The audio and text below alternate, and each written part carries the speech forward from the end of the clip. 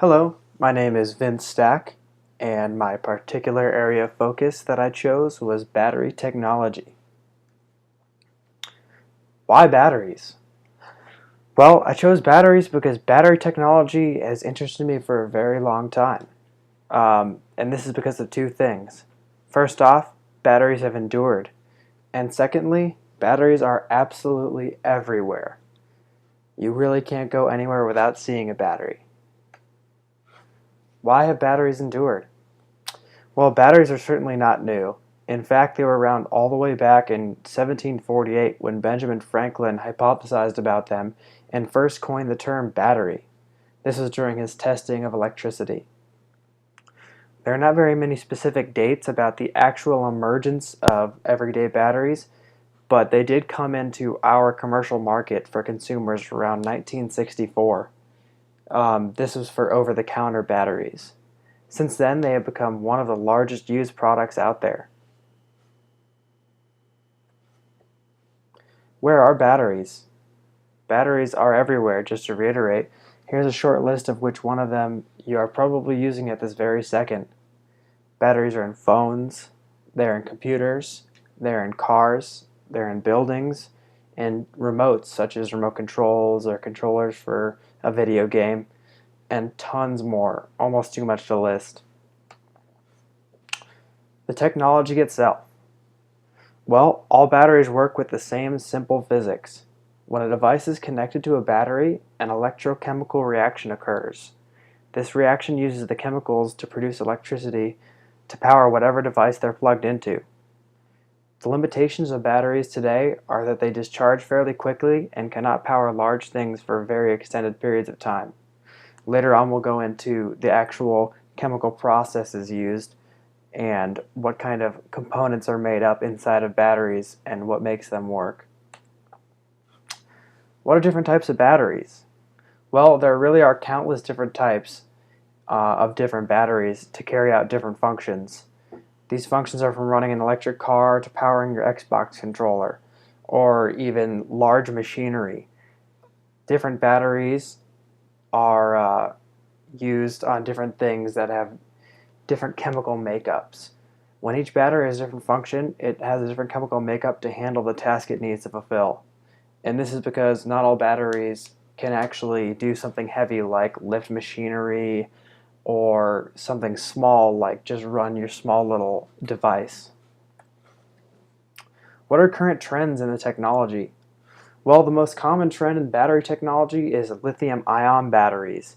You've probably seen it somewhere on packaging of just your regular everyday Duracell batteries or something that you might pick up at the store. But lithium-ion batteries are actually found in most common laptops, cell phones, and batteries that are sold over the counter.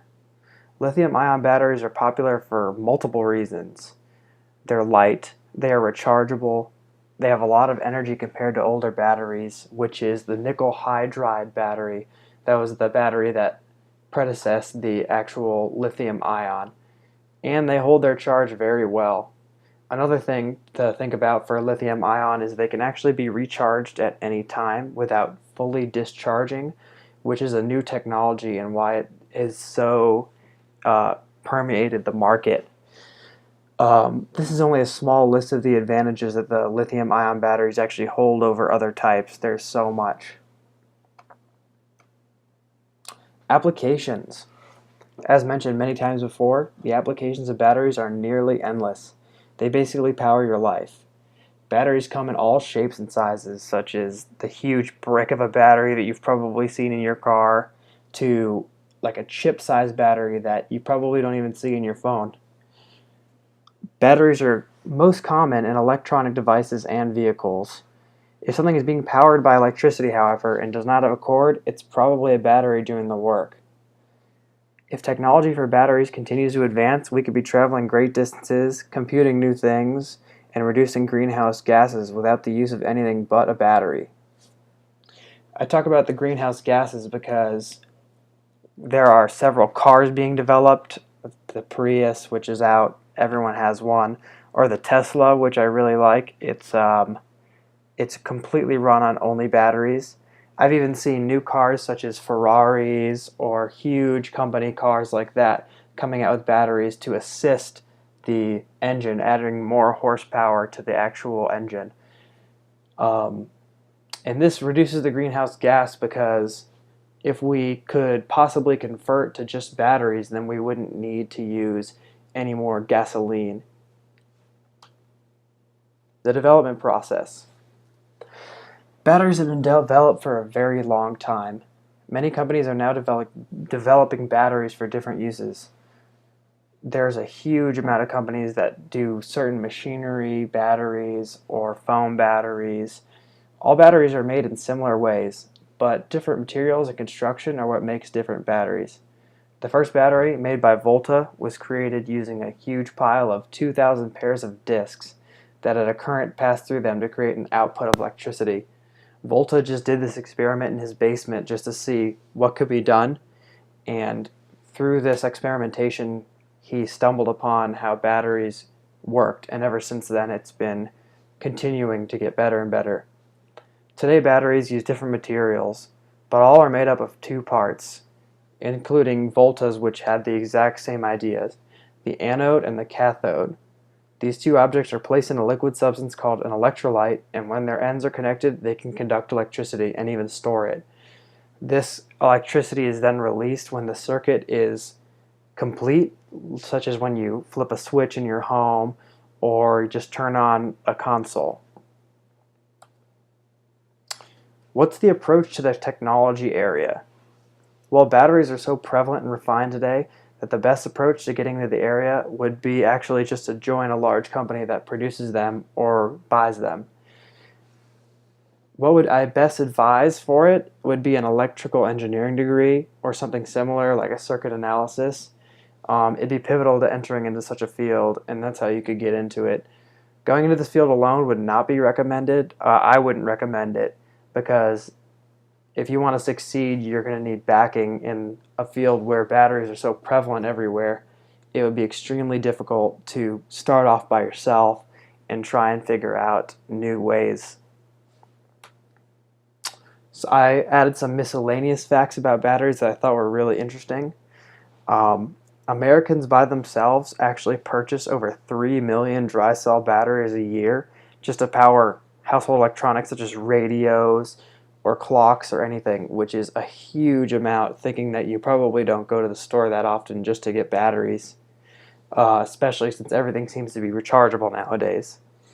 Another thing, as I mentioned earlier, was the Tesla Roadster, which is an entirely battery-powered car that's actually being created today. I've seen several of them.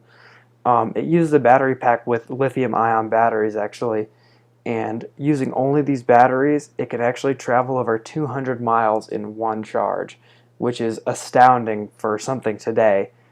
200 miles is a huge distance, and it might not compete fully with gas engines, but it's really getting close. The batteries are rated at an actually astonishing 88% efficiency, so 88% of the electricity going into the battery is actually going into the car while it's being driven, so it doesn't really leak much, and it's a lot. That's a huge deal. And another thing is about 99 million batteries are produced just for cars each year, and this is even for just regular cars. The battery in there just to use the starter motor and whatnot. So, I mean, we're already making enough batteries to run cars, and we're still using a like petroleum-based motor. I enjoyed this particular technological focus based on how much weight batteries hold.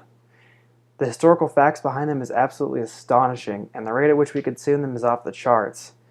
I can't believe it went all the way back to Benjamin Franklin just toying with electricity and thinking of something that could contain it and be reused. And the rate at which we consume them is, as I just mentioned, it's about 3 million a year, which is a ton for just regular batteries over the counter. It's not even your computer or your phone. Battery technology is the past, the present, and the future. And without this technology, who knows where we would be right now. And there's my references. Thank you.